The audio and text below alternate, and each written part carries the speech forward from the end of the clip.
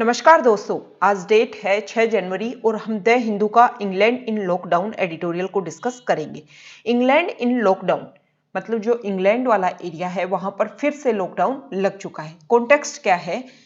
UK में corona की second wave start हो चुकी है, जिसकी वजह से वहां बहुत सारे लोग संक्रमित हो रहे हैं, इसलिए वहां पर दोबारा से लॉकडाउन लगाया जा चुका है। The rapid spread of new COVID-19 variant should alert other countries to remain vigilant. Remain vigilant मतलब कोई भी देश चौकन्ना रहे, क्योंकि कोविड-19 का जो नया रूप है ना वो बहुत तेजी से फैल चुका है। कहां पर? इंग्लैंड में। रैपिड का अर्थ होता है फास्ट, स्प्रेड मतलब फैलना, वेरिएंट मतलब कुछ चेंज होकर के कोरोना वायरस का जो नया रूप आया है उसको बोलते हैं वेरिएंट, भिन्न रूप। अलर्ट मतलब चेतावनी, दूसरे देशों को चेतावनी है कि इंग्लैंड में कोविड-19 का जो भिन्न रूप है वो फैल रहा है, जिसकी वजह से दूसरे देशों को क्या रहना चाहिए? चौकन्ना रहना चाहिए, जागरूक रहना चाहिए। In a bid to control the spread of highly transmissible मतलब होता है संक्रामक, मतलब एक व्यक्ति से दूसरे व्यक्ति में जो फैलने की जो स्पीड है वो बहुत ज्यादा हाई है पिछले स्ट्रेन की तुलना में, इस नए स्ट्रेन की। न्यू कोविड-19 वेरिएंट जिसका नाम है VOC 2020-12-01। The UK announced on Monday a fresh lockdown in London and South East England, which is expected to be in force till mid-February। इसमें बताया गया है कि देखो कोविड-19 का जो नया वेरिएंट आया है उसकी संक्रामक मतलब जो संक्रामक क्षमता है वो बहुत ज्यादा है, जिसकी वजह से यूके ने अनाउंस कर दिया है। अनाउंस का मतलब होता है घोषणा कर दी है। ऑन मंडे, देखो वार का नाम दे रखा है तो ऑन आएगा, ठीक है, वार का नाम दे रखा है तो वो आएगा। सोमवार, मंगलवार, बुधवार अगर ऐसे नाम आता है तो उसके आगे ऑन प्रीपोजिशन लगता है। A fresh lockdown in London and South East England, London में और जो दक्षिणी पूर्वी जो इंग्लैंड है वहां पर दोबारा से लॉकडाउन लगाया जा चुका है। विच इज एक्सपेक्टेड, जिसकी आशा की जा रही है। टू बी का अर्थ होता है कोई चीज जो अभी नहीं हुई है लेकिन फ्यूचर में होगी, अभी हुई नहीं है लेकिन फ्यूचर में होगी। To be in force till mid February, ऐसा माना जा रहा है, ऐसी आशा की जा रही है कि फरवरी बिल्कुल मध्य तक ये जो लॉकडाउन है वो चलेगा। द डिसीजन कम्स आफ्टर दिथरिंग, मतलब बहुत ज्यादा परेशान होने के बाद में, बहुत ज्यादा जो एक तरीके से इस कोरोना ने बहुत ज्यादा परेशान कर दिया, बहुत ज्यादा कपा दिया, उसके बाद में ये निर्णय आया है। The scientific advisory panel had recommended का अर्थ होता है सिफारिश कर चुके थे। जो साइंटिफिक एडवाइजरी पैनल है had recommended days before Christmas से पहले ही सिफारिश कर चुके थे। हैड रिकमेंडेड मतलब हैड प्लस में वर्ब की थर्ड फॉर्म कर चुके थे। बिफोर क्रिसमस से पहले ही that the government consider a national lockdown, government को क्या करना चाहिए? पूरे देश में लॉकडाउन लगा देना चाहिए। इंक्लूडिंग सम्मिलित करते हुए, किस चीज को सम्मिलित करते हुए? शटिंग डाउन एजुकेशनल इंस्टीट्यूशन, जो शैक्षणिक जो संस्थान हैं उनको भी बंद करते हुए, उनको भी इस लॉकडाउन में शामिल करते हुए पूरे देश में क्या कर देना चाहिए? लॉकडाउन लगा देना चाहिए। देखो दोबारा से देखते हैं, साइंटिफिक जो एडवाइजरी पैनल ने है ना, उसने पहले ही ये सिफारिश कर दी थी। रिकमेंडेड का मतलब होता है सिफारिश करना। क्रिसमस 25 दिसंबर को मनाया जाता है, सेलिब्रेट किया जाता है, उससे पहले ही ये सिफारिश कर दी थी साइंटिफिक एडवाइजरी पैनल ने कि जो शैक्षणिक जो संस्थान है उनको तो आप शामिल करो और उनके सहित पूरे देश में क्या कर दो? लॉकडाउन लगा दो। एज ऑन जनवरी 4, देखो सिर्फ जनवरी आता तो इन प्रपोजिशन लगता, लेकिन जनवरी के साथ में डेट भी आ गई है तो ऑन प्रीपोजिशन लगा है। अगर सिर्फ महीने का नाम आता है तो इन लगता है, और महीने के साथ अगर डेट भी आ जाती है तो ऑन प्रीपोजिशन लगेगा।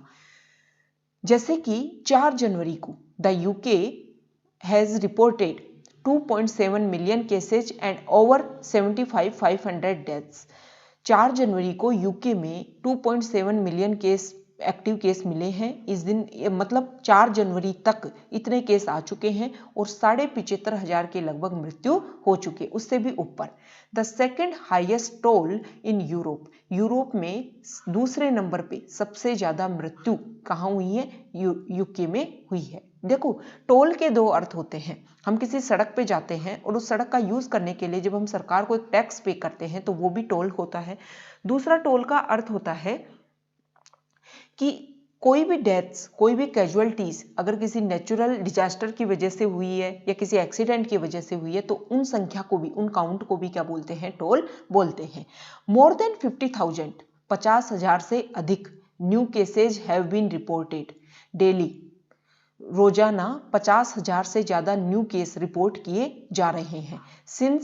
सिंस कब से? फिक्स टाइम बताया गया है, तो क्या लगाया है? सिंस प्रीपोजिशन आ रहा है। सिंस दिसंबर 29, 2020, 29 दिसंबर 2020 से हर दिन 50,000 से ज्यादा केस आ रहे हैं। With a peak of nearly 59,000 cases, 59,000 cases on January 4 and over 400 deaths daily. और देखो, 29 दिसंबर 2020 से डेली कितने केस आ रहे हैं? 50,000 से ज्यादा केस आ रहे हैं। और अब तक 4 जनवरी को सबसे ज्यादा 59,000 केस आए हैं, जो सबसे अभी तक क्या है? सबसे हाईएस्ट पीक है। और 400 से ज्यादा डेथ डेली हो रही है। देखो, वही अभी हमने डिस्कस किया, डेट दे रखी है महीने के साथ में तो ऑन प्रीपोजिशन आएगा। अगर सिर्फ और सिर्फ जनवरी दी जाती तो इन प्रीपोजिशन आता। ऑन मंडे के साथ में भी ऑन मंडे नाम दिया गया है, स्पेशल नाम है, तो ऑन प्रीपोजिशन आएगा। More than 26,000 covid patients were admitted in hospitals. देखो, अगर सोमवार की अगर बात करें ना, सिर्फ स्पेशल सोमवार की बात की जा रही है, 26,000 से ज्यादा कोविड-19 पेशेंट्स को हॉस्पिटल में भर्ती किया जा चुका है। An increase of 30% from the previous week. Previous होता है पिछला जो सप्ताह था, अगर उससे तुलना करें तो 30% ज्यादा इसमें बढ़ोतरी हुई है। यद्यपि the new variant does not cause increase disease severity. Severity का अर्थ होता है तीव्रता, इंटेंसिटी, रैपिडिटी, सिविरिटी और मोर्टेलिटी। देखो, जो नया वेरिएंट आया है, हालांकि इससे जो बीमारी है उसकी गंभीरता में और मृत्यु दर में कोई वृद्धि नहीं हुई है। इस सर्ज, एक बढ़ोतरी, एक इंक्रीज इन केस, सिर्फ क्या हुआ है? केसेज में बढ़ोतरी हुई है। एंड हॉस्पिटलाइजेशन, जो लोगों को हॉस्पिटलाइज किया जा रहा है, can lead to more deaths. ये सिर्फ केस ज्यादा बढ़ रहे हैं जिसकी वजह से क्या हो सकता है? डेथ्स में संख्या बढ़ सकती है। वैसे इस वेरिएंट की वजह से कोई भी डेथ इंक्रीज नहीं हो रही है। इट इज मोर ट्रांसमिसेबल, ये और अधिक संक्रामक है। द रीजन, इसका कारण क्या है? वाई द रिप्रोडक्शन नंबर क्या होता है? Number of people a person can effect.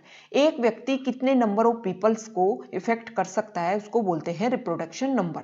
तो ये जो नया वेरिएंट मिला है, इसका रिप्रोडक्शन नंबर हाई है। कितना है? 1.5 to 1.7। The spread is considered to be under control when the reproduction number is less than 1। अगर एक व्यक्ति से सिर्फ एक व्यक्ति ही संक्रमित हो पाता तो हम मान सकते हैं कि उसको कंट्रोल किया जाना बहुत ज्यादा आसान था। लेकिन इसमें तो एक व्यक्ति से, नए वेरिएंट से तो एक व्यक्ति से 1.5 या फिर उससे भी ज्यादा 1.7% अफेक्ट हो रहे हैं। तो इनको जो कंट्रोल लाना, अंडर कंट्रोल लाना, नियंत्रण में लाना थोड़ा कठिन है। Based on an analysis of cases and genome sequences of nearly 44,500 samples collected from England between September 21 and December 13। देखो, 21 सितंबर से 13 दिसंबर के बीच में जो केसेज आए उनका विश्लेषण किया गया, जीनोम सीक्वेंसिंग की गई, 44,500 सैंपल्स लिए गए और नमूने, सैंपल्स का अर्थ होता है नमूना लिया गया, उनको कलेक्ट किया गया इंग्लैंड में और फिर उनका क्या किया गया? एनालिसिस होता है विश्लेषण करना। इट वॉज फाउंड दैट, ये पाया गया था, even during the previous lockdown, पहले जो लॉकडाउन लगा था ना उसी समय के दौरान, the new variant spread in many locations. जो नया वेरिएंट है वो तो बहुत अधिक स्थानों पर फैल चुका था। This even as fresh cases were generally dropping due to reduced spread of then dominant strain. dominant का अर्थ होता है कोई चीज जो इफेक्टिव हो, प्रभावी हो, पोटेंट हो, पावरफुल हो, उसको बोलते हैं डोमिनेंट स्ट्रेन। तो देखो डोमिनेंट स्ट्रेन की जो स्प्रेड है, जो फैलाव जो क्षमता है, उसमें कमी आ गई, जिसकी वजह से जो फ्रेश केस थे उनमें उनकी संख्या में भी क्या आई, कमी आई, जिसकी वजह से जो लॉकडाउन लगा हुआ था उसको क्या कर दिया गया, खोल दिया गया। दिस इज एविडेंस, यह क्या है, प्रूफ है।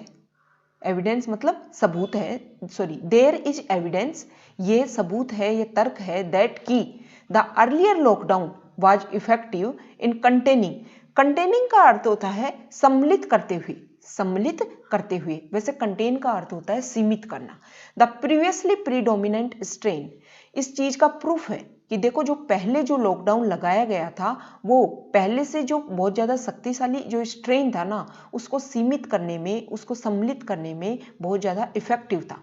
सजेस्टिंग दैट, इस चीज का सुझाव देते हैं, the new variant grew in absolute terms, और उसी समय में ये जो न्यू वेरिएंट है वो क्या हो गया था, निकल कर आया था, ग्रू हो गया था, उसकी वृद्धि हो गई थी। The rapid spread of the new variant even during the previous lockdown might not reflect a general failure of control measures but highlights the inherent nature of new variant to rapidly spread given its higher transmissibility। देखो ये बोला जा रहा है कि पहला जो lockdown लगा हुआ था उसी समय नया स्ट्रेन आ गया था, और लॉकडाउन लगे होने की वजह से ही ये जो न्यू वेरिएंट है उसके फैलने की जो क्षमता है वो प्रीवियस लॉकडाउन की वजह से ही ज़्यादा रिफ्लेक्ट नहीं हो पाई, लोगों ने कंट्रोल करके रखा खुद को, इसकी वजह से ही जो नया वेरिएंट है वो ज़्यादा नहीं फैल पाया।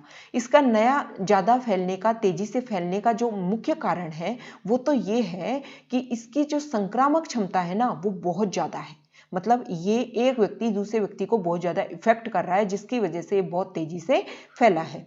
That areas, वो क्षेत्र with slower baseline virus spread also reported a slightly reduced spread of the new variant, suggests that it is indeed possible to reduce if not suppress the transmission of the new variant if the lockdown is stricter and compliance is better।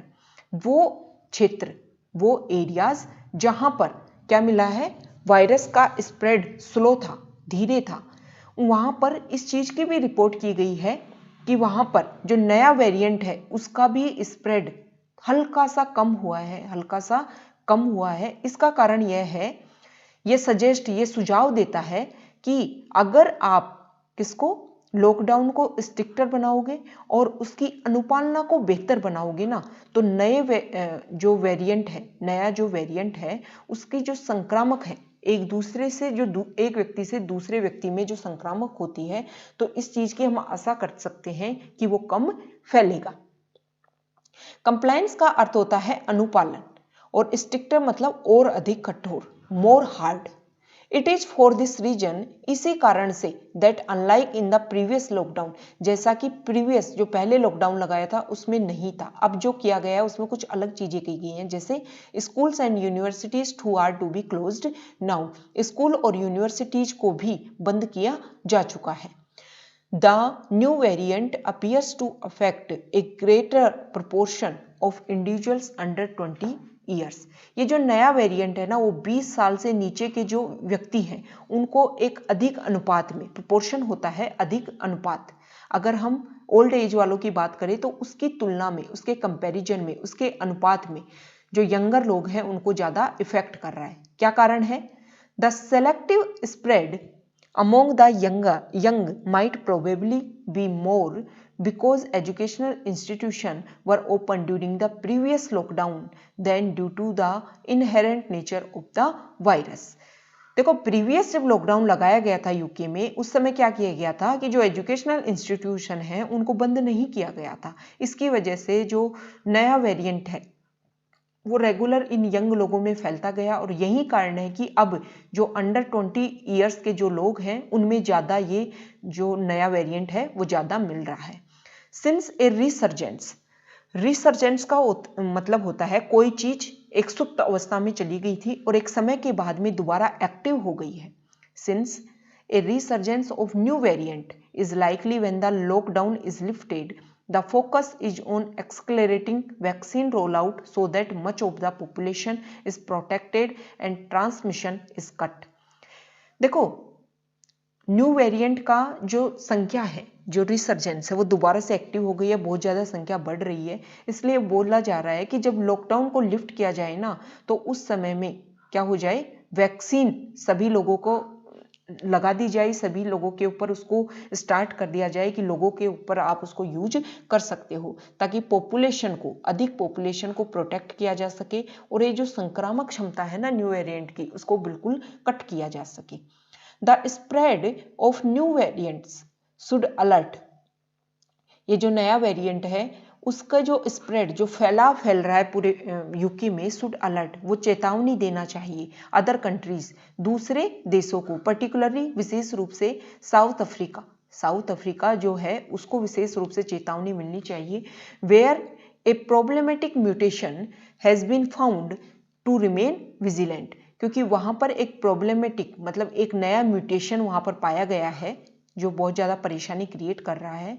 इसलिए बहुत ज़्यादा अन्य देशों को भी क्या होना चाहिए, चौकस रहना चाहिए, चौकन्ना रहना चाहिए, जागरूक रहना चाहिए। विजिलेंट का अर्थ होता है जागरूक।